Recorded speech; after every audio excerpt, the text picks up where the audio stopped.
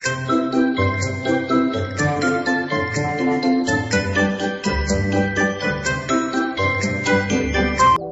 teman-teman, apakah kalian tahu? Saat ini bisnis e-commerce telah berkembang secara signifikan. Bukan hanya jumlah pemain yang bertambah, namun juga variasi model bisnis dan area bisnis yang berkembang luas. Nah, e-commerce itu sendiri adalah saluran online yang dapat dijangkau seseorang melalui komputer yang digunakan oleh pebisnis dalam melakukan aktivitas bisnisnya dan digunakan konsumen untuk mendapatkan informasi penjualan dan konsumen dapat menentukan pilihannya. Untuk memperluas pasar, yang dapat dilakukan pada saat ini adalah ikut berkontribusi terlibat dalam pelaku usaha e-commerce.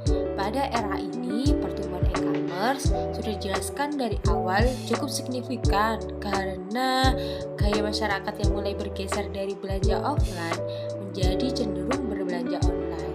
Menurut data pada periode 2016 sampai dengan 2020, nilai transaksi perdagangan online terus meningkat sebesar 30-40% per tahun.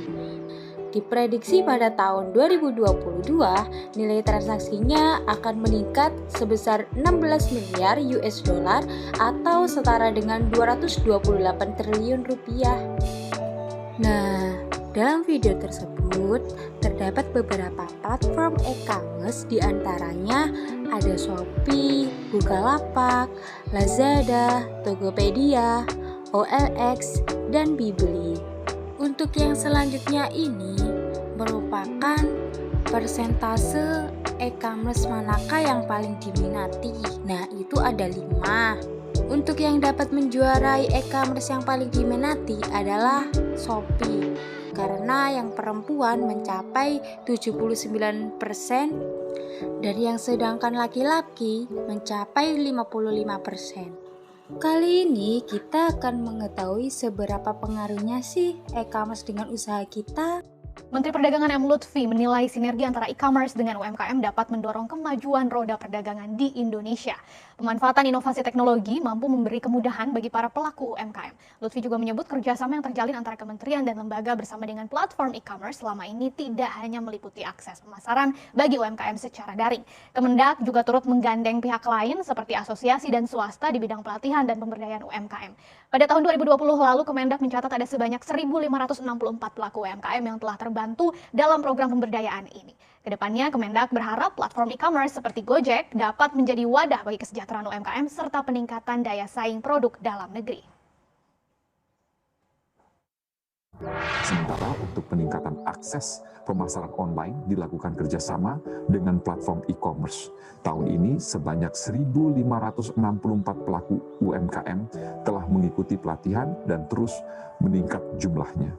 Bapak Ibu yang saya hormati, Gojek dan Kementerian Perdagangan sebelumnya telah berkolaborasi dalam program pemberdayaan UMKM dan penguatan pasar rakyat melalui pemanfaatan aplikasi Gojek. Nah, apa sih yang dapat diambil dari cuplikan video tersebut?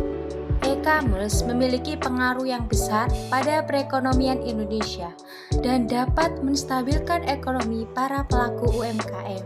Untuk pembahasan yang selanjutnya, kita akan membahas mengenai jenis-jenis e-commerce. Yang pertama ini ada business to business, di mana business to business ini biasanya digunakan oleh orang atau pihak yang saling berkepentingan dalam menjalankan bisnis. Selanjutnya B2C. Jenis B2C ini biasanya dilakukan antara pelaku bisnis dengan konsumen.